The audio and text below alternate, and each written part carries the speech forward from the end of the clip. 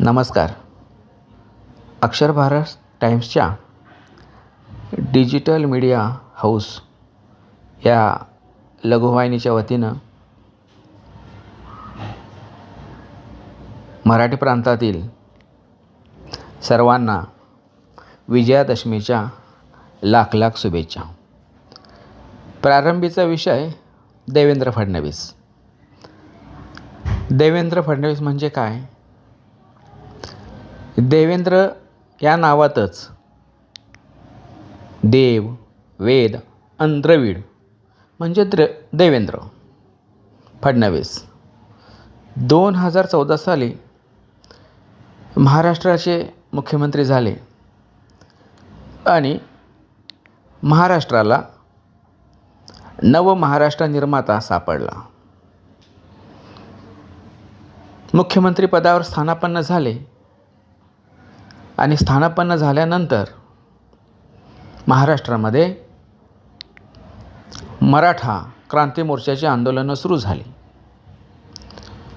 मराठा क्रांती मोर्चाचे आंदोलनं सुरू झाल्यानंतर ती आंदोलनं व्यवस्थित पद्धतीनं कायदा सुव्यवस्था राखून त्यांनी ती हाताळली. या आंदोलनाचा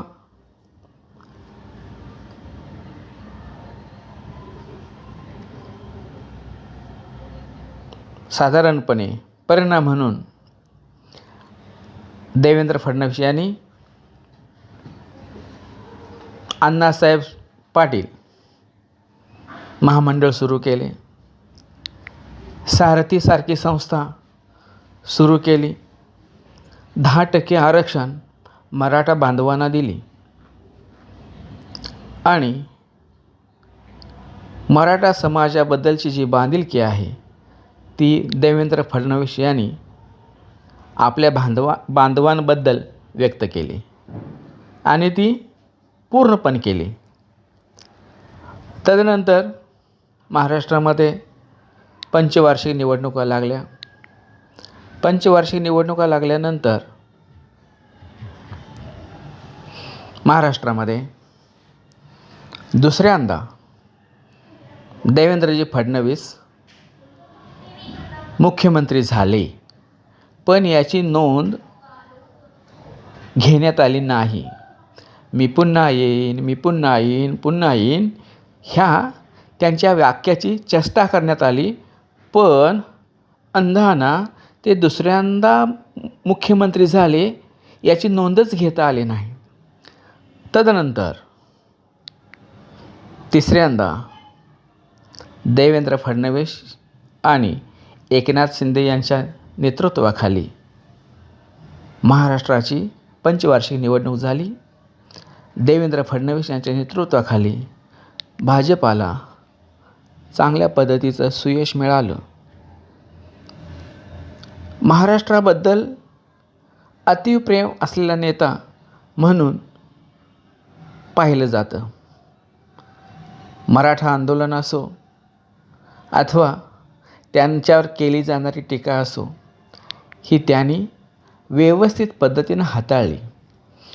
कारण महाराष्ट्राबद्दल, महाराष्ट्रातल्या लोकांबद्दल, महाराष्ट्रातील जनतेबद्दल त्यांना हित साधायचं होतं, त्यांच्याबद्दल प्रेम व्यक्त करायचं होतं. हे त्यांच्या रोजच्या मराठा आंदोलन हाताळण्यातून दिसून येतं. त्यांना शिवीगाळ करण्यात आली, त्यांच्यावर टीका करण्यात आली, पण फडणवीसांनी कोणताही ॲग्रेसिव्हपणा, आततायीपणा दाखवला नाही.